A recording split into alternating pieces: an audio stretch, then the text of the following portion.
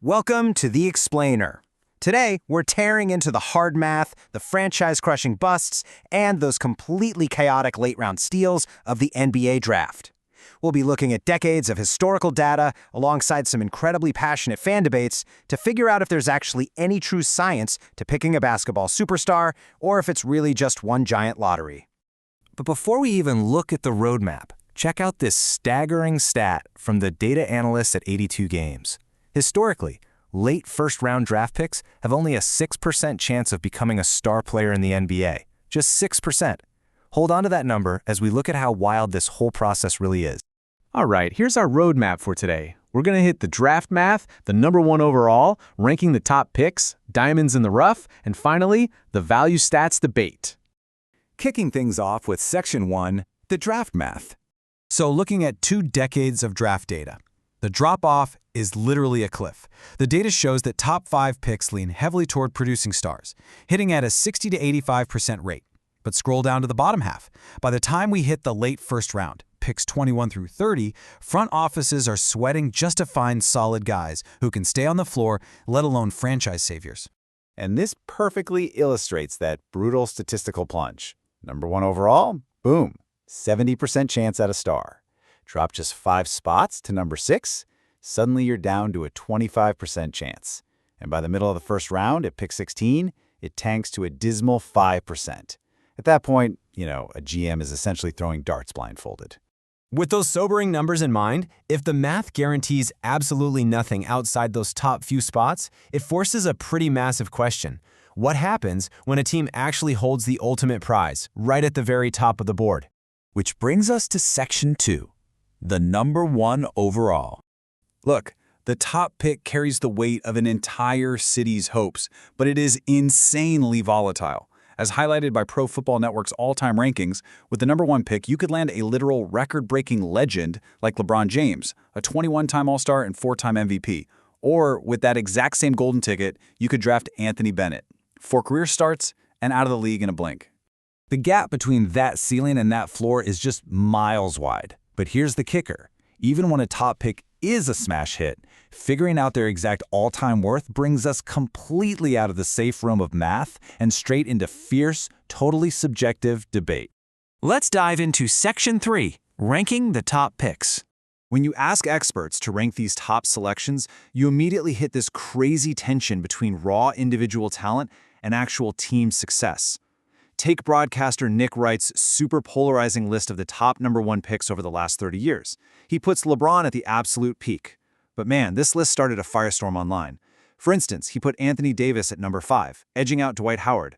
Fans were quick to argue, wait, AD might be the more skilled, pure player, but didn't Dwight actually carry his drafted team further during his prime? This direct comparison is exactly why fans go to war in the comments. Just look at Wright's top 2, LeBron and Tim Duncan. LeBron is arguably the greatest pure talent to ever touch a basketball. But he delivered 1 title to Cleveland before moving on. Duncan, though, 5 championships and absolute, unwavering loyalty to the Spurs for 19 years. How you weight those 2 totally different paths pretty much dictates who you think is the ultimate draft pick. Now, if we zoom back out to 1976 with Pro Football Network's list, we're reminded that this pantheon is crowded. Magic Johnson and his 5 rings, Hakeem Olajuwon bringing 2 titles to Houston. They sit right there next to LeBron, Shaq, and Duncan as undeniable, franchise-saving home runs. The pressure is immense, but these guys actually delivered the goods. Moving on to Section 4, diamonds in the rough. Okay, so if the second round is basically a statistical wasteland, how on earth do we explain the wild anomalies? Think about the number 41. That was Nikola Jokic's draft position. A guy who totally shattered every historical average, every expectation, and every mathematical model out there to become a multi-time MVP. Pulling an MVP from outside the top 10 is a legendary steal. As basketball fans noted on the r/NBA Talk forum, since the year 2000, only a tiny handful of MVPs share this distinction. Jokic at 41, Giannis at 15, Steve Nash at 15, and Kobe Bryant at 13. Hitting on one of these guys proves that sometimes incredible scouting and perfect player development can totally override the math. So how are we supposed to objectively measure these massive steals when they happen? Well, data nerds love turning to a metric called win shares. Essentially, it calculates a player's exact mathematical contribution to their team's victories. It's meant to be this clean, all-in-one stat to tell you, here is precisely how valuable this player is. Which brings us to our final stop, Section 5, the value stats debate. But stats never exist in a vacuum. And that sparked an amazing debate on r/NBA Talk about the 2013 draft. Check this out. Defensive anchor Rudy Gobert, who went 27th overall, actually edged out two-time MVP Giannis Antetokounmpo in early regular season win shares. Gobert posted 76.8, with Giannis trailing by just a fraction.